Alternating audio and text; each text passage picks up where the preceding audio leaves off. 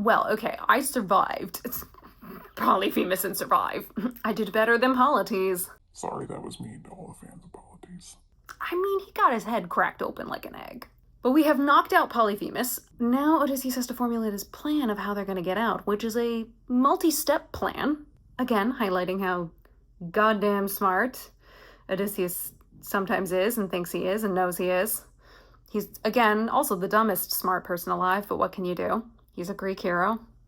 But I'm very excited. We will go into Remember Them, and let's see what Odysseus has to say now. Because he was dead silent at the end of Survive, which I thought was very interesting. Because Odysseus is almost never silent. Silent is not his thing. Silent is not what Odysseus does. Oh, coming in like an echo, like he's been far away. Yeah, Odysseus was in shock. Ooh. This is like boss music. Captain! Oh yeah. Captain! We must move quickly. We don't have much time. He didn't notice I mixed lotus in his wine. Oh, wow. Dude, that makes you look even worse somehow. I don't know how. I mentioned in the previous video that the wine is important. It is like an undiluted wine. That wine is supposed to be cut with like a ton of water. It is incredibly strong. And that is what he gives to Polyphemus in the myth. Now in here, he's saying he mixed lotus into it. So again, he deliberately fucking, like even more literally, roofied Polyphemus. Dude. But also on the note of sound mixing and design, I like that again, it kind of comes in, the instruments are almost like hazy, like he's coming back from shock. We hear Eurylochus in the back, he sounds very far away, and then we push him forward. It's like Odysseus snapping back into himself. And now he's like, all right, all business, let's go. I've got my plan. I am out of thinking mode, I am in ready to do mode. Mark my words now, this is not the end. But Captain, what do we do with our fallen friends? Well, and obviously they're already eaten, so. Remember them. Sure. When the fire begins to fade, for the fallen and afraid, we are not to let them die in vain. Remember them. We're the ones who carry on the flames of those who've gone, and our comrades will not die in vain. It's a good sentiment. This almost feels like complete bullshit he's making up for his men. Like, part of it is very in line with the sentiment of the Hellenic culture, honoring and remembering your fallen comrades. Like, look, there's a reason that 2 massive sections of the Iliad are dedicated to funerary games of dead characters. Like, they take that very seriously. But there's an almost like righteousness to the way that we're having Odysseus deliver this that feels extremely unearned. Which makes me think this is like rhetoric he's using to like get his men to follow him. That's totally something Odysseus would do. I don't know. I should keep going. I need all our hands on his club. This is how we're getting out of here. Use your swords to sharpen this stuff. Blind him. And turn it to a giant spear. This is what they do to Polyphemus. His body is blocking the path. Yep. If we kill him, we'll be stuck inside. Captain, actually, attack him. So it's not that Polyphemus's body is blocking the cave. The issue, because again, multiple days, they are stuck here multiple days, and that Polyphemus, whenever he would leave and come back, he would roll a stone in front of the cave to essentially seal them all inside, and that would include when he went to sleep. So when he'd come back from the day and that this final night, and Odysseus had given him the wine, they were already sealed in the cave. So part of Odysseus' plan with essentially roofing Polyphemus is, I can't kill him because we can't get out. Nobody can move this boulder. They blind him because they come up with the plan to escape. The plan to escape is to use the sheep, because whenever he would leave, he would bring the flock out. And what they end up doing, because I'm assuming it's not what we're going to be doing here, if we're talking about his body blocking the path, and that's why they can't leave. I guess they're afraid if they step on him, they wake him up. Sure. They use the sheep and tie themselves or cling to the very bottom of the sheep, and they blind him so that he visually cannot see them and is going by touch. But he's only touching the tops of the sheep, so he doesn't realize the men are on the bottom, like clinging to the sheep. And that is how they escape. That's why blinding Polyphemus is so important, and also why they can't, in Odysseus' words, why they can't kill him in that moment. Why they don't kill him afterwards is like, we'll get into that. We gotta stab him in the eye. Yes, sir. Remember when the fire begins to fade, for the fallen and afraid. Man, this electric We are guitar. not to let them die in vain. Remember them, we're the ones who carry on the flames of those who've gone, and our comrades will not die in vain. Now! Scatter! Oh, the roaring's so good. Who hurts you? Are these other Cyclops? There are more of them? Who hurts you? Hide. Who hurts you? Captain, we should run. Wait. Wait, say the thing! Say the thing! Captain, please. Shut up, Eurylicus. It was nobody, nobody. If nobody hurts you, be silent. Don't go. Oh, Polyphemus. I feel even more bad for him. Oh my god. Okay, this is exactly what happens in the Odyssey. Is they stab him in the eye and he's screaming in such pain. And he breaks open like his cane. You know, they hear the other Cyclops say like, you know, Polyphemus, Polyphemus, who has hurt you? And he says, it's no one. No one has hurt me. And they're just like, oh my god, you got fucking drunk or something, didn't you? Like, you fucking moron. Like, he gets no sympathy. Again, there's no sense of community among the Cyclops. But this is also the first time in the Odyssey that it is mentioned he is a son of Poseidon, because the other Cyclops mention it. They say something to the effect of like, oh, like, you think you're so great because you're, you know, Poseidon's son, and you're making all this racket, like, what the fuck? So it, like, again, shows you how even among a group of beings who live already reasonably kind of like lives with no community, kind of solitary, like, he's even more ostracized. God, this makes that even more sad. The don't go is so sad. Damn, Jorge. Out to hurt me with Polyphemus. Let's grab the sheep and away we go. Piano and ticking. Athena, what are you doing here? You are not in this encounter, but okay. Grab the sheep and away we go. We've really simplified the Cyclops encounter. Again, part of Odysseus' plan is they didn't grab the sheep, they were like kind of hanging on to the bottoms of them. Their undersides. Because Polyphemus now can't see, is like counting all his flock, and he knows the men are going to try to escape and probably hide in the flock, but he doesn't think that that's how they're going to do it, so that's how they manage to escape. Athena, what are you doing here? I now need to back up, because apparently Athena is showing up, because that is her melody that we introduced, and I heard the ticking noise. Hurts you, be silent. Don't go. Let's grab the sheep and away we go.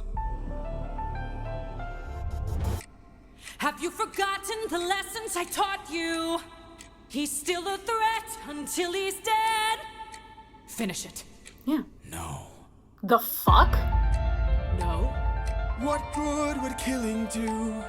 When mercy is a skill more of this world could learn to use. My friend is dead, our foe is blind. The blood we shed, it never dries. Is this what it means to be a warrior of the mind? Don't! That is...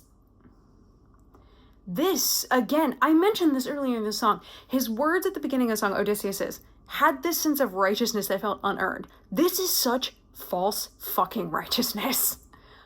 My dude, that is not what was going through Odysseus' head when they left. He absolutely is not, like, it's almost being portrayed that he's doing the Cyclops a mercy by leaving Polyphemus alive.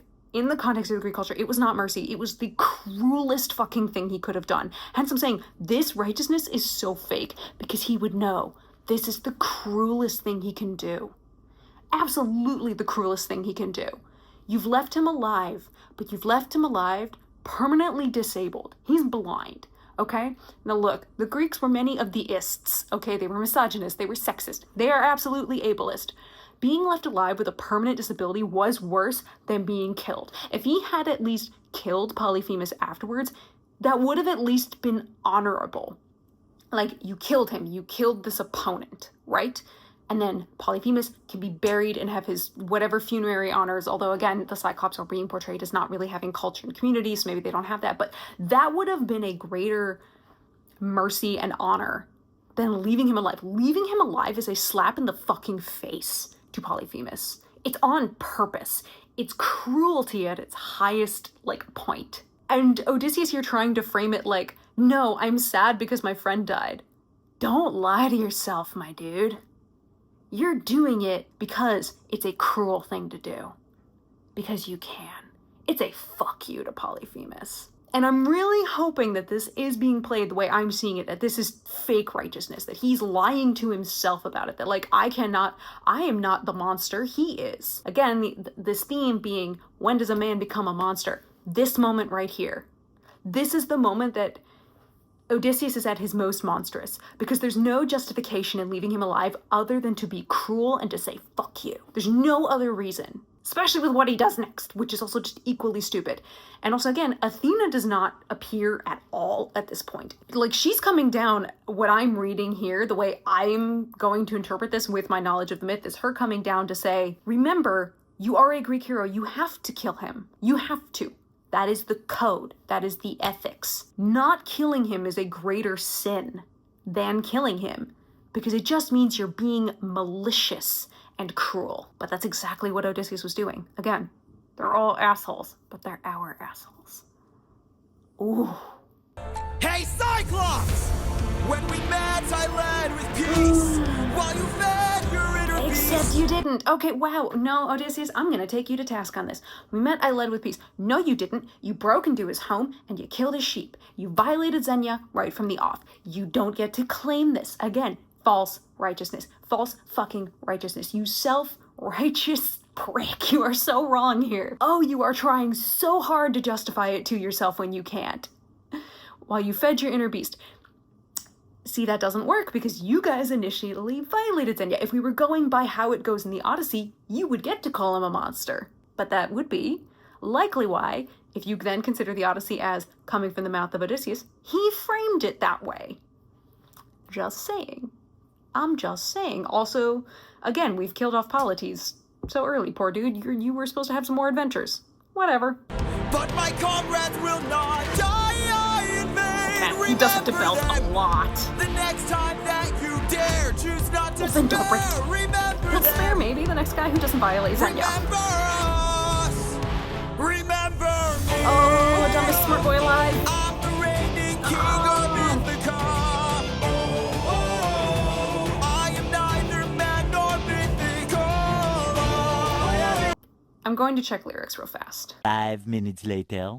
Oh, okay. I am neither man nor mythical. I thought he said I am neither man nor mythic ode, which would have been a neat little nod to the fact that the start of the Odyssey is an ode to the muses. It is an invocation of them.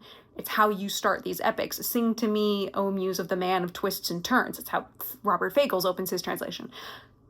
That's not even, like, there's no commentary on that. That was me just, like, realizing I had misheard it. Back up a second. I'm the reigning king of Ithaca.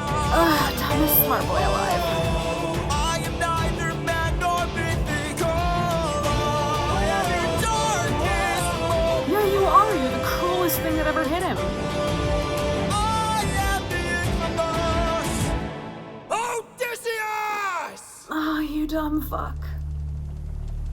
Ooh, the creaking of the ship as it goes.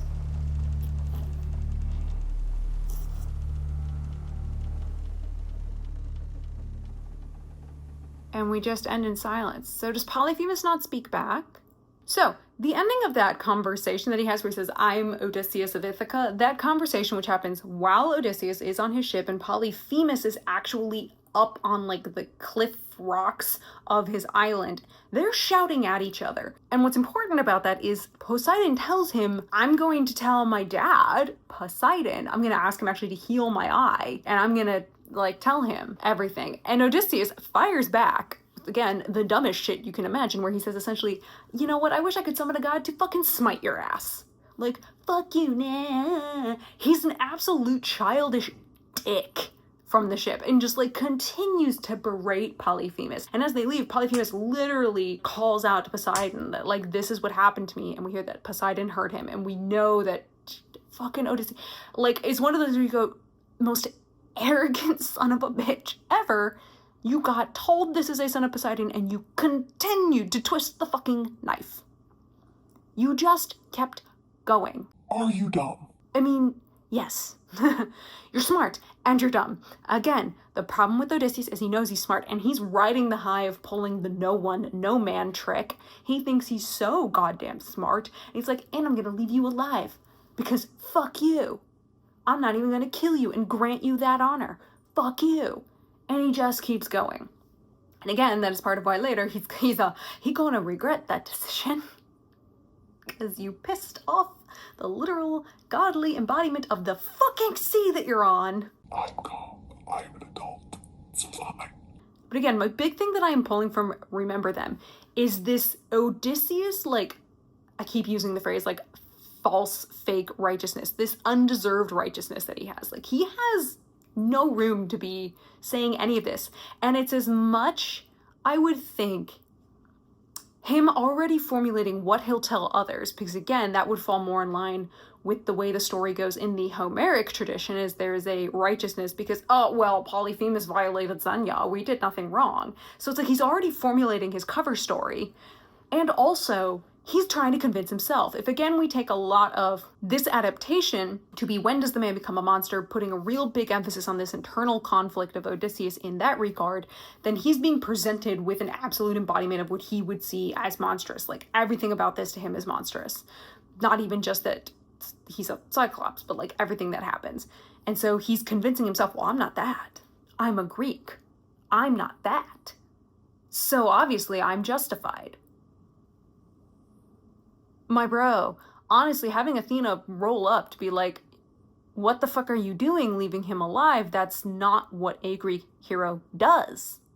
You have to kill him. That is the proper honor. That is the proper course of action. It's not even just that like you're in a world of violence and what you're doing is mercy. It's what you're doing is the worst thing you could do. It's so unnecessarily cruel and it's just malicious. There's such malicious intent behind it.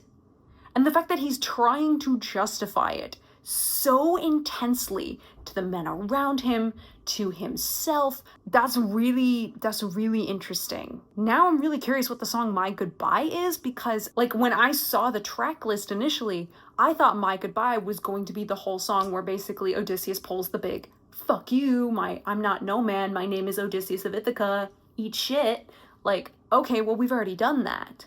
So what is My Goodbye? Because again, we sort of did a speed run on the Cyclops, which is totally fine. Again, truncating things for the purpose of clipping the story along at a good pace is absolutely fine as part of adaptation, pacing, and taking something, again, like the Odyssey that is so sprawling, written in like 20 plus books, if you will. You're gonna have to truncate and speed run like we already ditched Ismaros, we speed run the Lotus Eaters, we're now speed running the Cyclops, while devoting essentially 3/4 of a saga to it, like to just the Cyclops, because it is that important of an encounter. It's going to have ripple effect consequences for the rest of the whole goddamn story. But this is a really interesting way that they did the Cyclops encounter. Again, I loved what they did with Polyphemus. Really just slapping on that pathos there. Interesting, again, that we didn't have him talk back to Odysseus to say, well, I'm going to tell my dad.